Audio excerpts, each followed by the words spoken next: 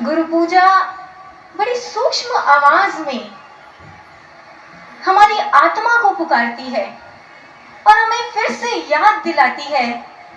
क्या याद दिलाती है? 3 युग सत्य। पहला सत्य कि इस पूरी सृष्टि में गुरु ज्ञान, ब्रह्म ज्ञान से महान कोई व्रत, पूजा, कर्म कांड नहीं।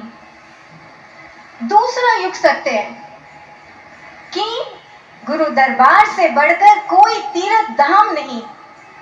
और तीसरा सत्य कि गुरु से बड़ा कोई देवता, कोई भगवान नहीं। ये 3 युग सत्य हैं गुरु भाइयों बहनों, जो हर साल गुरु पूजा हमें याद दिलाती है। आइए आज गुरु पूजा के इन तीनों स्वरों को हम थोड़ा गहराई से सुनेंगे और समझेंगे। पहला सत्य कि गुरु ज्ञान, ब्रह्म ज्ञान से महान कोई व्रत, पूजा, कर्म कांड नहीं। योगानंद परमहंस जी के एक शिष्य थे। वो थोड़ी बहुत ध्यान साधना तो करते थे, लेकिन साथ ही वो तरह तरह के जो व्रत, उपवास होते हैं उनमें भी उलझ गए थे। तो एक दिन वो गुरु दरबार में आए और योगानंद जी ने उन्हें प्रसाद दिया।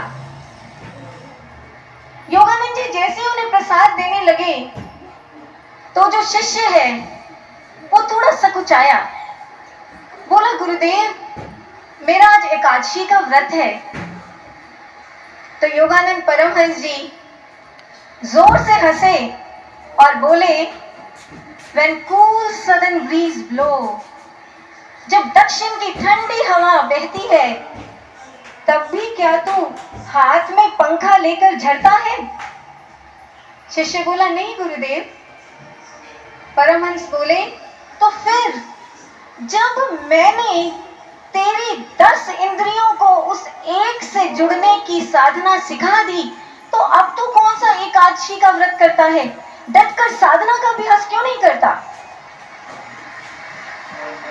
गुरु भाइयों और बहनों, गुरु पूजा आज हमसे भी ये प्रश्न पूछ रही है। ब्रह्म ज्ञान के मार्ग पर चलते चलते झांके हम अपने जीवन में, कहीं ऐसा तो नहीं हम भी थोड़ा सा ट्रैक से हट गए हैं? महाराज जी ने जो ये ब्रह्म ज्ञान हमें दिया, ये फल है, परम फल। और आपने देखा होगा जब पेड़ पर फल लगता है तो उससे पहले फूल झड़ जाया करता है। और इस संसार में जितने भी ये पूजा, उपासनाएं, व्रत, कर्मकांड, ये सब जो है ये फूल है। और इस फल को पाने के बाद, ज्ञान के, ब्रह्म ज्ञान के फल को पाने के बाद, अगर हम तब भी इन कर्मकांडों के फूलों को इकट्ठा करते रहे तो ये तो कोई समझदारी की बात नहीं हुई भाइयों बहनों। एक शिष्य था रमन महर्षि का, जिन्हें सब प्यार से कहते थे शास्त्री मामा। शास्त्री मामा का एक पड़ोसी था। वो रोज रोज लड्डू गोपाल जी को भोग लगाता, उनको स्नान कराता और फिर चरणामृत लेकर शास्त्री मामा को देने के लिए आ जाता। शास्त्री मामा अब 2-3 दिन तो उन्होंने उसका मन रखने के लिए बड़े आदर भाव से चरणामृत को लिया और पिया। अब 4थे दिन उनसे रहा नहीं गया। शास्त्री मामा उस पड़ोसी को कहते हैं, बंधु तुम रोज रोज ये दूध दही में चीनी घोल कर मेरे पास ले आते हो, पर जानते हो? शास्त्री मामा गाते हुए कहते हैं, वो कहते हैं, कल कंडू वंगी दुवे गुरु परा कल कंडू। ये एक बहुत फेमस तमिल भजन है रमन आश्रम का। शास्त्री मामा उस पड़ोसी को कहते हैं कि मेरे जो गुरु है, मेरे गुरु के जो चरण हैं वो कलकंडू का मतलब होता है शुगर कैंडीज। मेरे गुरु के चरण शुगर कैंडीज की तरह हैं, मीठे रस से भरे वो मिश्री के गोले हैं।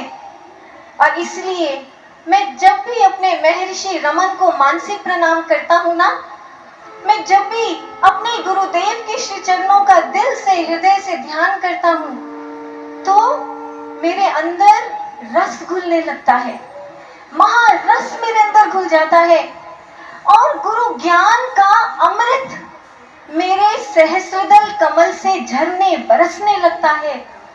मैं गुरु ज्ञान का जीवंत चरणामृत पीता हूँ भाई, मुझे बाहर के कृत्रिम मीठे घोल की क्या जरूरत।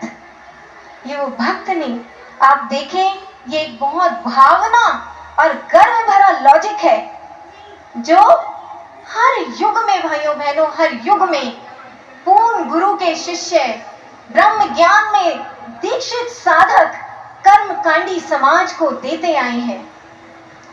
हमें उनके कर्मकांड की राह पर नहीं फिसलना भाइयों बहनों, हमें उनको अपनी राह पर, अपने ब्रह्म ज्ञान के मार्ग पर लेकर आना है।